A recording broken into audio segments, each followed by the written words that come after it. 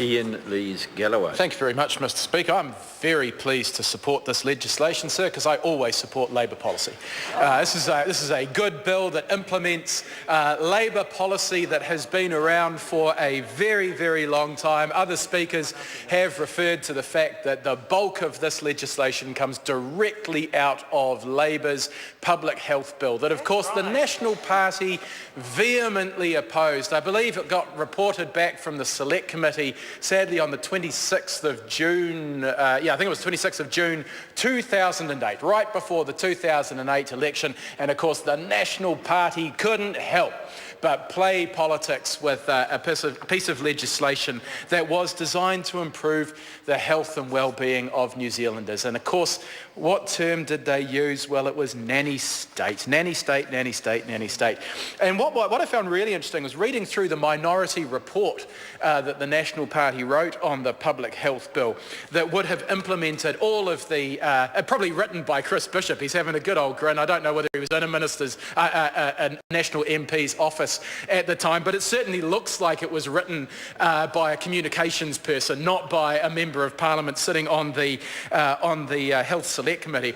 But I read the section titled "Not So Voluntary Codes of Practice," in which National Party members wax lyrical about their concerns about how voluntary codes of practice that could be used to ask different industries to adopt practices which support the safety and well-being of New Zealanders could ultimately turn into regulation or even legislation. And of course, I mean, you've just got to grin when really that's exactly what this legislation does. It takes a voluntary code of practice that the people who operate UV tanning devices were asked to implement. They spectacularly failed to do anything that was in the interest of the health and well-being of New Zealanders, and so this national government is in fact doing exactly what it warned the terrible Labor-led government back in 2008 was going to do by implementing voluntary codes of practice. And I see the former medical practitioner over there. Sorry, sir, I haven't learned your name yet. I will eventually, but he's having a wry grin. He knows what I'm talking about. Usually the medical practitioners in the National Party side with the Labor Party on this stuff. I remember when Paul Hutchison crossed the floor of the House to vote with Labor on its tobacco legislation.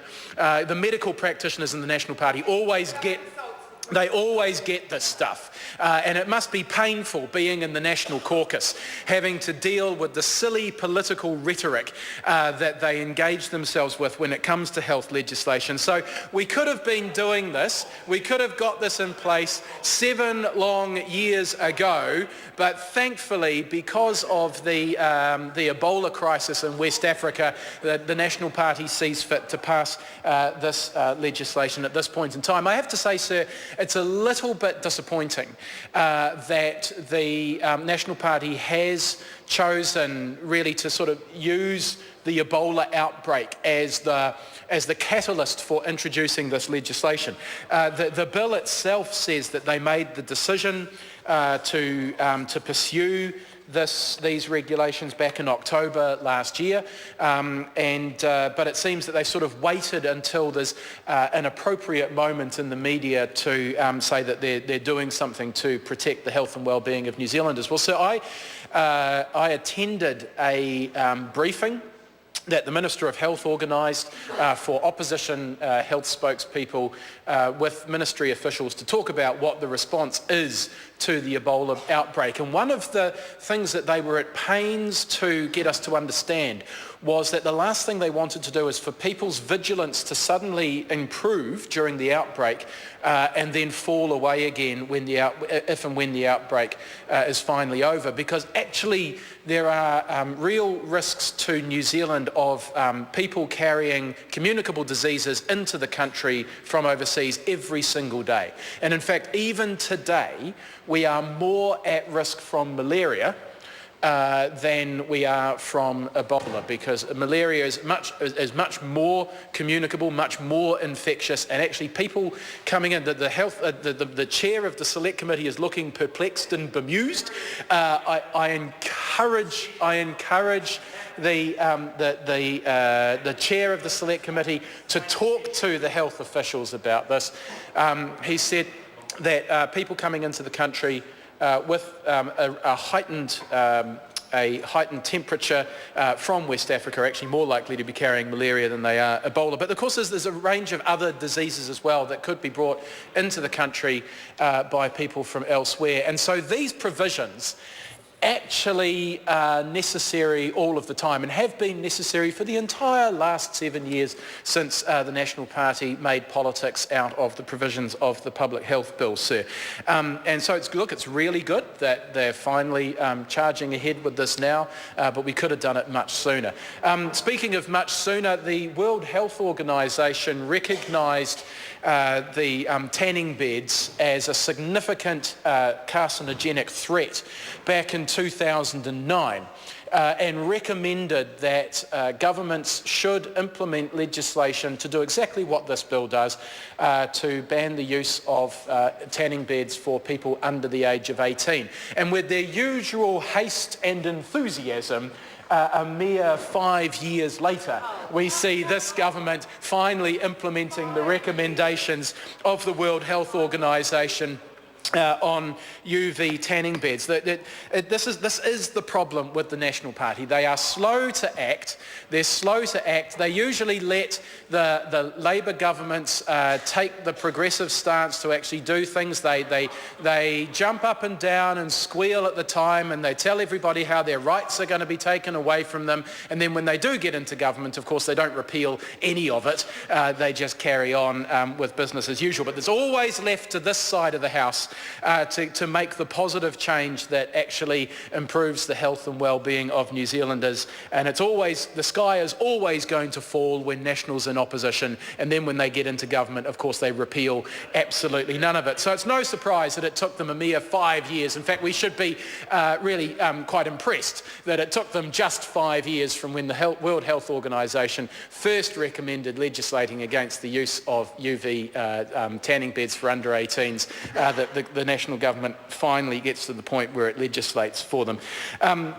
So I do take the point that the Green member Kevin Haig made, that the evidence that the age of 18 is the appropriate age is probably not strong. I heard from one of the members opposite the Deputy Chair of the Select Committee that the recommendation is not to use them before the age of 35.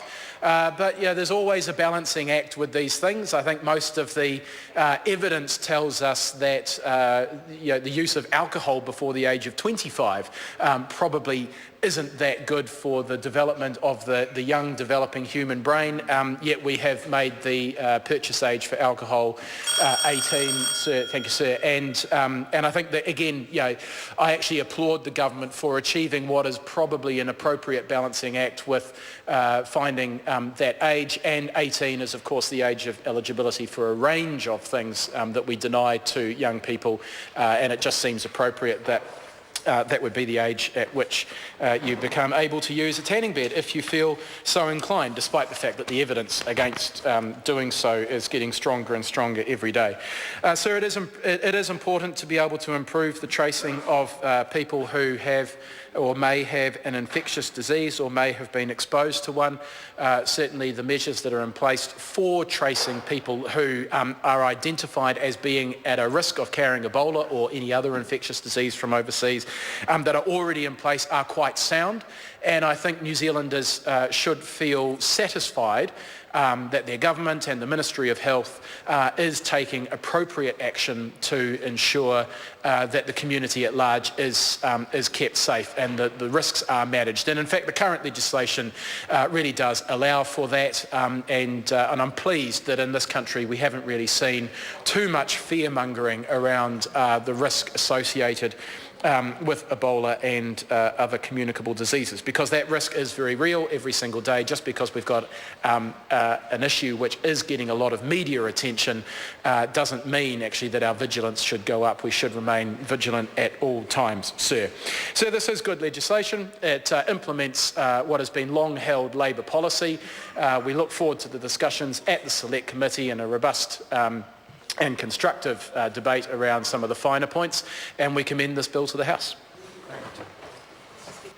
Parmjit Parmar. Thank you.